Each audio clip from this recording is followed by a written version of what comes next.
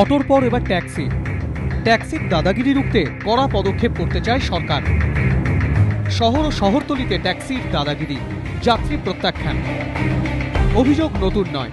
মঙ্গলবার সকালে প্রত্যাখ্যানের প্রতিবাদ করে হাওড়ার নতুন রাস্তা এলাকায় প্রতিম চট্টোপাধ্যায় নামে এক অসুস্থ যুবক ও তাঁর মা ট্যাক্সি চালকদের হাতে প্রহৃত হন বলে অভিযোগ।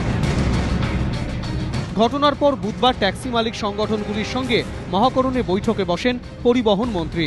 আলোচনার পর মদন মিত্র জানান, রোগী বা আহত ব্যক্তিদের প্রত্যাখ্যান করার মতো গুরুতর অভিযোগ উঠলে বাতিল করা হতে পারে ট্যাক্সির লাইসেন্স। ট্যাক্সি সিগন্যাল ব্রেক করলে সেটা অপরাধ।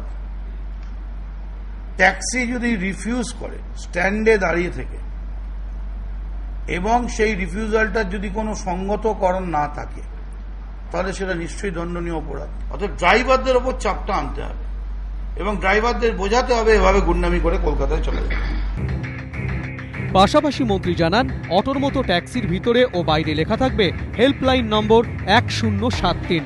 সাধারণ প্রত্যাখ্যানের ক্ষেত্রে অভিযোগ জানানো যাবে ওই নম্বরে ফোন করে। অভিযোগ খতিয়ে দেখে ব্যবস্থা নেওয়া হবে।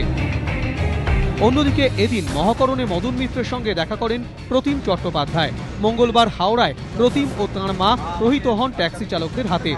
সেই অভিযোগ নিয়ে এদিন তিনি কথা বলেন ট্যাক্সি মালিক সংগঠনের প্রতিনিধিদের সঙ্গে। আমার শুধু একটাই দাবি, আর একজন প্রীতম চট্টোপাধ্যায় বা আরেকজন প্রীতম চট্টোপাধ্যায়ের মাকে যেন এই পরিস্থিতির মধ্যে পড়তে না হয়। মন্ত্রী জানিয়েছেন, ট্যাক্সি মালিক সংগঠন ও ট্রেড ইউনিয়নগুলিকে নির্দেশ দেওয়া হয়েছে আর যেন এরকম ঘটনা না ঘটে।